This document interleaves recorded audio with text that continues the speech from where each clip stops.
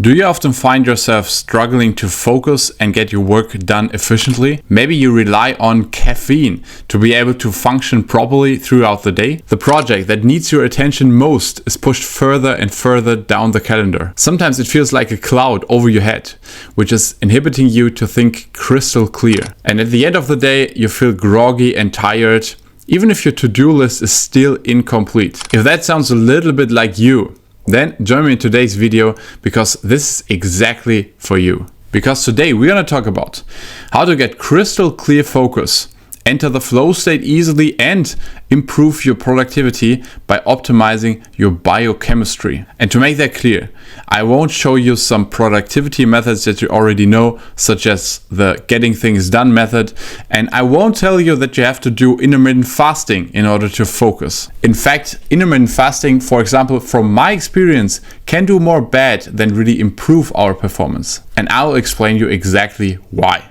For those of you who don't know me, my name is Marvin. I'm a health and performance coach for top-level entrepreneurs and already worked with some 6- and 7-figure entrepreneurs as well as professional athletes. And in today's video, I'm gonna help you improve your focus, work output, and enter the flow state by optimizing some areas of your health.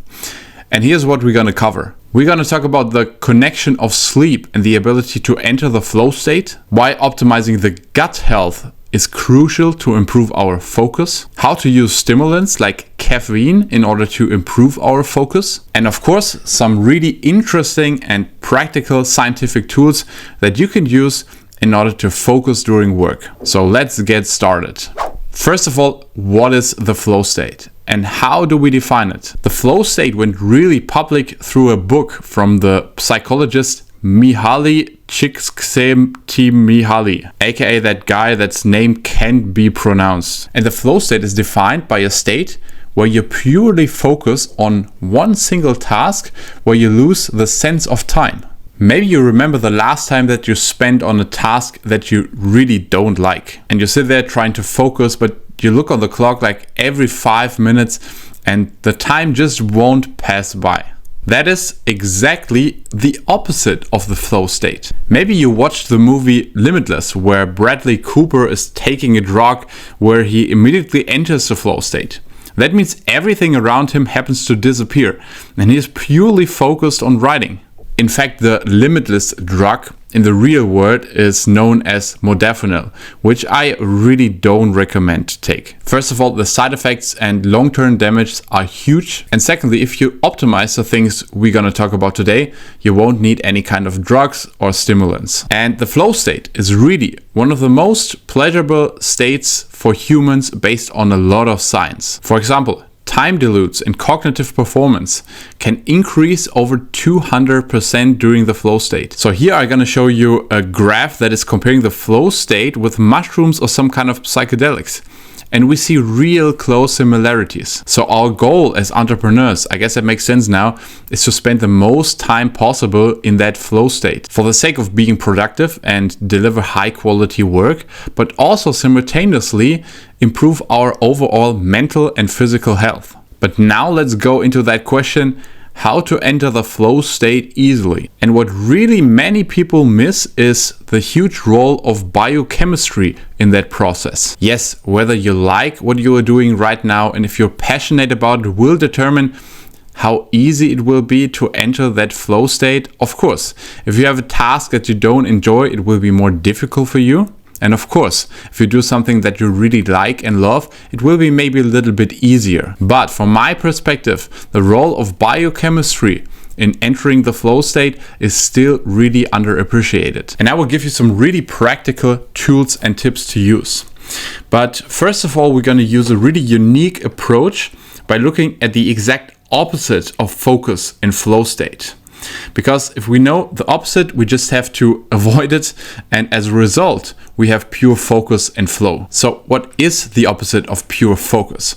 Or what is exactly inhibiting us to enter the flow state? First of all, it's distraction, of course. But this is what everybody will tell you. avoid distractions. But I'll give you also my protocol and some really unique tips for you. Secondly, it's brain fog. And this is mainly influenced by our biochemistry. Because if you have brain fog, you can't think clearly and you can't really focus. And brain fog can be mainly influenced by, for example, nutrition, by inflammation, as well as your gut health. A really important thing when we talk about brain fog and the ability to focus. And thirdly, what is holding a lot of people back from entering the flow state is just simply low energy. So you need to be rested and you need to have the right amount of cortisol in your system in order to have enough energy to enter focus and flow state. Let's get to the first point.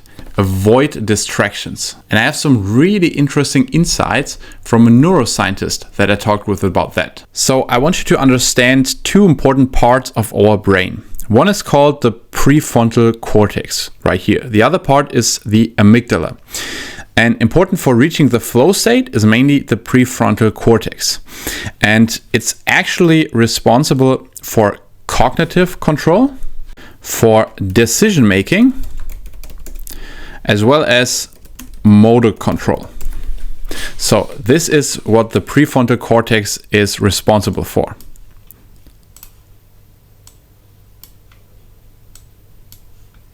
And also studies found out that this part of the brain, specifically the dorsolateral prefrontal cortex, seems to play a major role in the flow experience.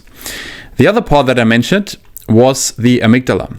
And he has some important tasks in our brains, but if they get overactive, it leads to feeling of stress and anxiety. So if we have too much of this activity from the amygdala, it leads to stress and anxiety. To make that clear for you guys, this is really simple. Like the amygdala does a lot of more than just causing stress and anxiety, but the prefrontal cortex also does a lot of more than just like decision making, but just to make it really, really simple for you. But why does the amygdala get overactive? It often comes down to exhaustion of other parts of the brain, such as the prefrontal cortex. So that means if we overexhaust the prefrontal cortex, there's just not much energy left, and therefore the amygdala gets more active. It's like a balance act. But how does that happen? Well, especially as an entrepreneur, we have to make a lot of decisions, and we have to use our prefrontal cortex quite a lot. Things like putting out fires in our business or taking care of problems in the business, but also minor things like food choices and what do we wear during the day. Like the famous example is Mark Zuckerberg, who's wearing the same t-shirt every day. That's also why I create, for example, meal plans for my clients so that they simply don't have to invest mental resources in that decisions. And that's why I recommend 3 major things for you in order to don't overexhaust the prefrontal cortex. First of all, pretty straightforward, make decisions in advance. So if we're talking about food, for example, make yourself a meal plan. Otherwise, you have to make the decision over and over again every single day. Also, plan your day in advance. So that's why I use a daily action planner. You can download my template on the link down below for free. So this is how it looks like. I have it in English as well. So they have your daily schedule where you can just write on at which time of the day you complete which task. There you have what you are grateful for to just take care of your mental health. And so you write down 3 things that you're grateful of, your biggest priorities and your biggest goals to make sure for that day that your priorities are set. Then simply a to-do list, so what you have to accomplish during the day, and also a meal planner, so that you exactly know what you will have for breakfast, what kind of snacks you have during the day, for lunch and for dinner. And as I say, it makes it so easy when you just plan that in advance.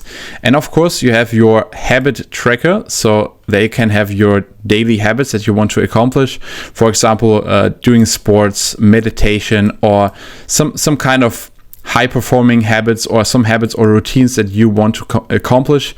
And I would recommend you guys, you can download this by the link down below. completely for free, and try this to plan your day in advance.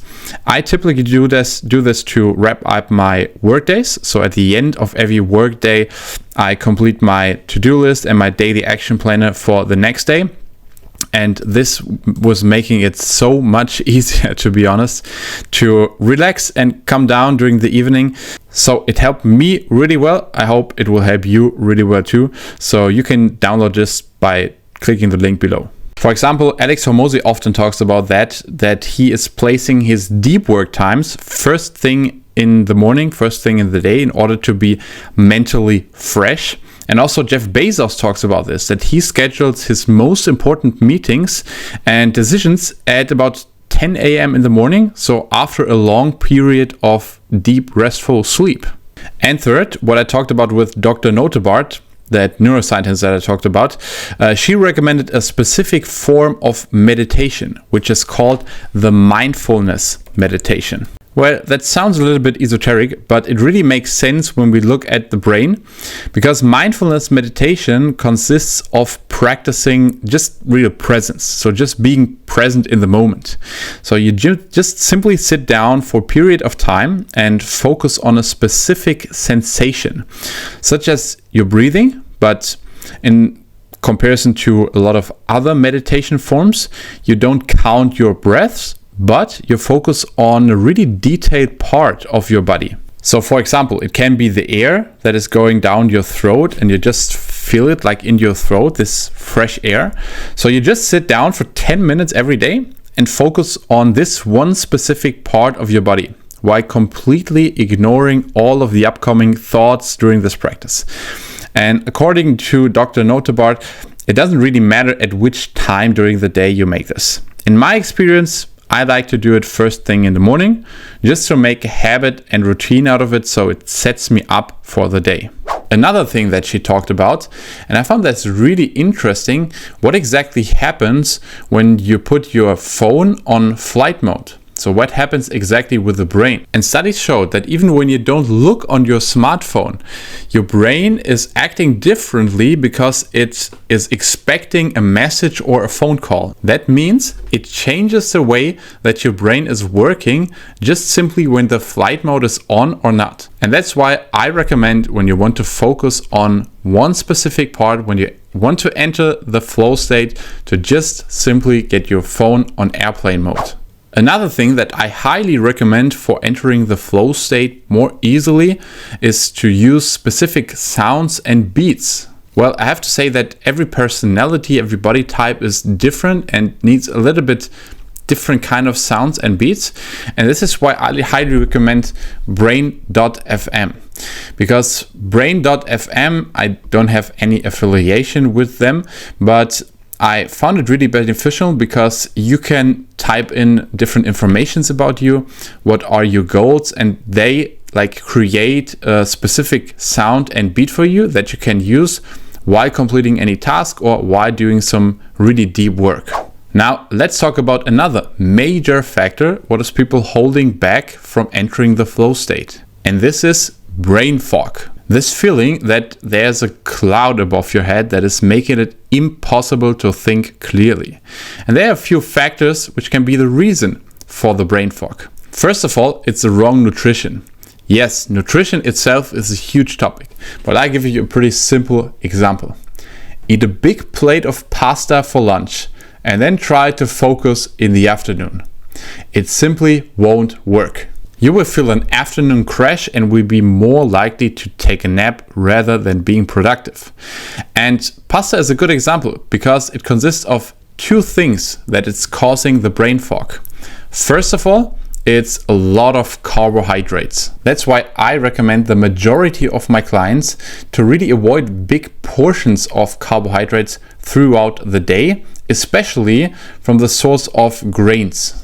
Because if you consume a lot of carbohydrates during the day, they enter the bloodstream and the body has to secrete insulin in order to stabilize the blood sugar. And this secretion of insulin, as well as the switch from the sympathetic state to the parasympathetic state, make a lot of people just really tired and it's causing a lot of brain fog. So here's an example from a blood sugar measurement with one of my clients who drank, in that case, a glass of juice during a meal, even when the meal didn't have any carbohydrates. And you see this huge blood sugar spike, and therefore a lot of insulin has to be secreted, and this sometimes can cause brain fog and also leads to tiredness, especially when you consume it in lunchtime, and then you will have this afternoon crash after lunch. Secondly, this is also why I would recommend to avoid pasta at all, is gluten. So gluten is a thing that you should avoid whenever it's possible. And gluten is a sticky protein which is causing a lot of damage for many people. And gluten disrupts the gut by damaging the intestinal villi and also leads to a lot of inflammation. And that's why pasta, bread, donuts, cookies, or even soy sauce should be avoided when possible. So my really broad and general recommendation for majority of the people is to avoid big loads of carbohydrates in the morning and also for lunch, in order to stabilize the blood sugar throughout the day. Instead, I would prefer proteins and high quality fats for breakfast and for lunch. For example, one of my clients is super excited right now about his breakfast. His unusual breakfast consists of steak and avocado. And he's telling me over and over that this is giving him so much energy and clarity that he don't want to miss it. Now, one important claim about intermittent fasting, because a lot of people tell that intermittent fasting helps them really to gain clarity and to focus. In my experience with a lot of clients, intermittent fasting can cause a little bit more problems and negative side effects instead of real actual benefits. Now, why? First of all, it exhausts the adrenals. So when the body doesn't get food, he has to secrete stress hormones such as cortisol. In the first place, that gives people a feeling of energy, that cortisol output. But over time, the adrenals can get exhausted, especially these of entrepreneurs. Because let's be honest, the life as entrepreneur can be stressful enough. And the last thing that we want to do is put more and more stress on the body and especially on the adrenals. And that has to be said, that the problems get worse when you ingest too much caffeine in combination with that. While it gives you a short burst of energy, it will lead to adrenal exhaustion, and this will lead to tiredness, brain fog, bad sleep, and even symptoms of burnout. So I won't say that intermittent fasting doesn't make sense at all. I would just simply recommend you to not do it more than 2 to 3 times per week. For example, choose a day where you have a lot of free deep work time scheduled, especially in the first part of the day. And then you can decide to maybe skip your breakfast and do on these days intermittent fasting with the knowledge that you just do it like twice a week or even 3 times a week, and make sure that you don't consume too much or caffeine too early. So that means wait until 90 minutes and then choose a dosage about 1 or 2 espresso. That should be fairly enough. But that also has to be said that it's not really necessary to ingest caffeine. Another really underrated tool and topic in order to improve focus is light. Why? Light is a major source of energy for us. The regular and average office has about 300 to maybe 500 lux from my experience. And you can measure that by yourself in your office or in your working room by an app. It's called Lux Meter or Light Meter. You can simply download it for free and then check how much light or how much light power your office has. And even in my office, when it seems really bright, I have between 200, maybe sometimes 300 lux of light power. To compare that, when you go outside, even on a cloudy day, sometimes the sun has about over 100,000 lux. So that's a huge amount of power compared to that 200 to 300 lux. But how are we going to do this, especially in the winter months when it's really dark outside and you don't want to go outside and you especially don't want to work outside? This is also a major problem. So what I recommend to my clients is this right here. It's a light panel, and especially this product is about 10,000 lux of light power when you put it on, and you can just simply put it on your desk. This is one option. and the other one is using a ring light. So I'm also using a ring light right now for recording this video, so obviously you can't see it, but a ring light is also a good option to increase the light power in your office.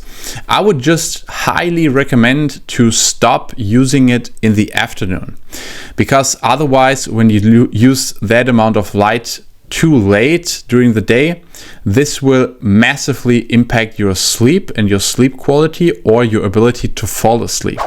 And this brings us to our last and maybe most important topic that we're going to talk about: optimizing sleep. Why? Without enough good sleep, it's simply not possible to focus that well compared to when you have optimized sleep. I measure this with my clients with that tool right here, which is an Oura ring. So my clients get an Oura ring when they start working with me, so that we can measure and therefore improve the sleep quality. And these are the exact metrics that we're aiming for. First of all, we want to have at least 7:30, so 7.5, up to 8 hours of sleep. One important note: this is not meaning that you just have to spend 8 hours in bed, because of course, just laying in bed is not the same as sleeping. So the Oura ring shows us exactly how much time we are just staying in bed, maybe trying to falling asleep or waking up during the night, and how much time we actually sleep. And for some people, in order to reach the amount of 8 hours sleep per night, they have to spend about 9 hours in bed during the night. And this obviously comes down to how long you need to fall asleep and how often you wake up in the middle of the night. And some people maybe think that they just sleep during the night and they maybe don't remember when they wake up. But in fact, you wake up during the night several times, because the sleep consists of different phases. And after some phases, the body is waking up for a really short time, but most of the time we can't remember. So even if it feels like you have a really deep and long sleep without being awake any second, actually you are awake during the night. You just simply forget about it. And in terms of the different phases, we are looking specifically on the REM sleep, which is the rapid eye movement sleep. And the REM sleep is mainly important for cognitive performance. And from my experience, for a lot of entrepreneurs, it's really hard to reach the amount of REM sleep that we need. We aim for at least 1 hour 30 of REM sleep. If possible, that would be optimal over 2 hours of REM sleep, but at least 130, so 90 minutes of REM sleep. So there are a lot of things that you can do to improve your sleep and especially improve your REM sleep. But of course, this is highly individual. To give you an example, also the types of foods and macronutrients that you consume during the day can influence your ability to fall into REM sleep. For example, studies showed that carbohydrate intake can lead to more REM sleep. That's why in this case, that ketogenic diet or low carb diets for people who have difficulties to fall into REM sleep might be not so beneficial. What I recommend you guys to do is, first of all, prioritize your sleep, and then measure your sleep with a technology such as an Oura ring, which we provide for our clients. Because simply prioritizing your sleep will lead oftentimes to different behaviors in terms of sleep hygiene. So maybe you will skip the last Netflix series, you will avoid caffeine, you will avoid alcohol, and you will simply focus more on sleep. As I used to say, as an entrepreneur, you are a decision-making athlete.